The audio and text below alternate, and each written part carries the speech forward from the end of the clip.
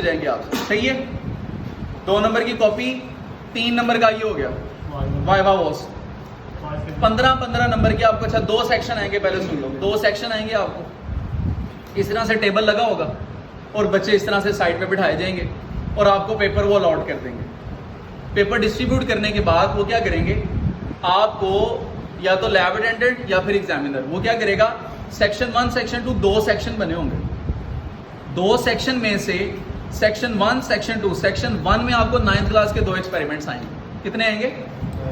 2। 9th के 2 experiment. 10th class के भी 2 आएंगे। कितने आएंगे? 10th क्लास के 2 एक्सपेरिमेंट्स आएंगे। 9th में से 2 में से 1 करना है, 10th में से 2 में से 1 करना है, लेकिन वो आपकी मर्जी का नहीं होगा। वो आपको एग्जामिनर या लैब अटेंडेंट ऊपर साइन करके या मार्किंग करके देगा, आपको बता देगा कि आपने 9th के सेक्शन 1 में से ए वाला करना है, आपने बी वाला करना है, आपने ए वाला करना है, आपने बी वाला करना है। इस तरह से वो आपको मार्क कर देगा। इस तरह से सेक्शन 2 है, उसमें से भी आपको मार्किंग की जाएगी कि आपने ए वाला करना है कि बी वाला करना है। वो आपकी मर्जी नहीं चल रही उसमें। कभी कभार सेम भी हो सकते हैं, लेकिन कभी ज़्यादातर डिफरेंट ही होते हैं। वो डिफरेंट के तुम्हारा ए वाला है, तुम्हारा बी वाला है, तुम्हारा ए वाला है, तुम्हारा सेक्शन ए का, फिर सेक्शन बी के, इस तरह से लॉट करेंगे, सही है। उसके बाद आपको आंसर शीट्स प्रोवाइड कर देंगे।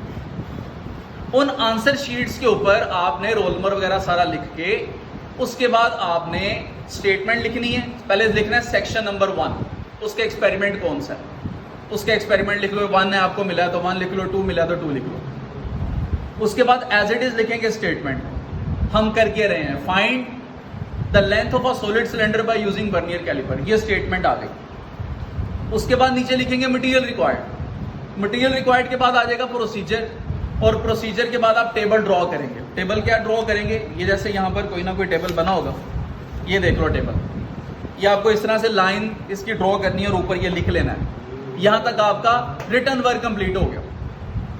रिटर्न वर्क के बाद वो आपको कहेंगे कि इसकी फिलिंग कैसे करनी है। वो ऑपरेटर्स लगे होंगे, आपको 1 बाय 1 कहेंगे राफे तुम आ जाओ, वो तो रोल नंबर से ही बताएंगे, roll number 1, roll number 2, roll number 3, मैं तो नाम लेके बता रहा हूँ, ठीक है जी। वो कहेंगे जी ये पड़ा हुआ है आपके सामने ऑपरेटर्स, यहाँ से रीडिंग लेके बताएंगे main scale reading vernier caliper से कैसे लेते हैं, वो हमने लेके यहाँ पर फिल कर लेंगे।